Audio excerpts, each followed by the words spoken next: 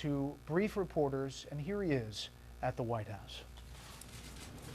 Today, as Americans, we grieve the brutal murder, a horrific massacre of dozens of innocent people.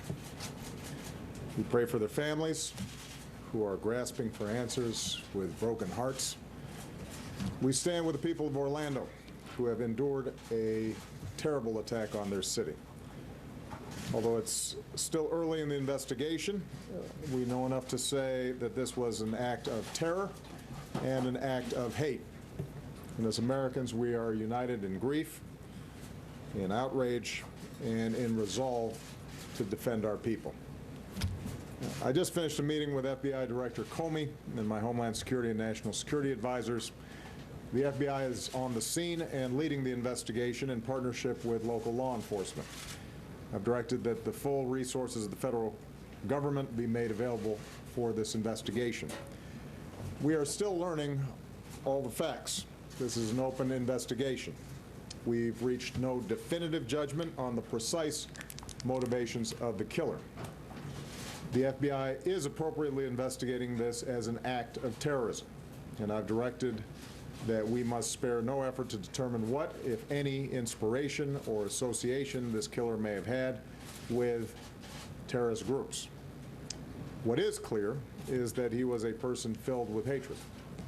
Over the coming days, we will uncover why and how this happened, and we will go wherever the facts lead us. This morning I spoke with my good friend Orlando Mayor Buddy Dyer, and I conveyed to him the deepest condolences of the American people. This could have been any one of our communities. So I told Mayor Dyer that whatever help he and the people of Orlando need, they are going to get it. As a country, we will be there for the people of Orlando today, tomorrow, and for all the days to come. We also express our profound gratitude to all the police and first responders who rushed to harm's way. Their courage and professionalism saved lives and kept the carnage from being even worse. It's the kind of sacrifice that our law enforcement professionals make every single day for all of us, and we can never thank them enough. This is an especially heartbreaking day for all of our friends, our fellow Americans who are lesbian, gay, bisexual, or transgender. The shooter targeted a nightclub where people came together to be with friends, to dance and to sing, and to live.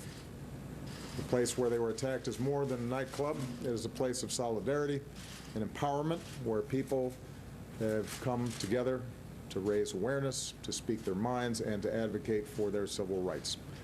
So this is a sobering reminder that attacks on any American, regardless of race, ethnicity, religion, or sexual orientation, is an attack on all of us and on the fundamental values of equality and dignity that define us as a country. And no act of hate or terror will ever change who we are or the values that make us Americans. Today marks the most deadly shooting in American history.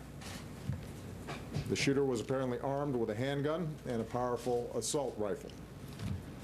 This massacre is therefore a further reminder of how easy it is for someone to get their hands on a weapon that lets them shoot people in a school, or in a house of worship, or a movie theater, or in a nightclub.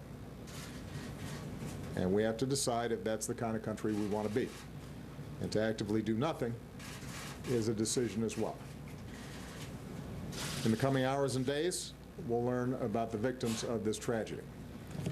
Their names, their faces, who they were, the joy that they brought to families and to friends, and the difference that they made in this world. Say a prayer for them, and say a prayer for their families. That God give them the strength to bear the unbearable, and that He give us all the strength to be there for them, and the strength and courage to change.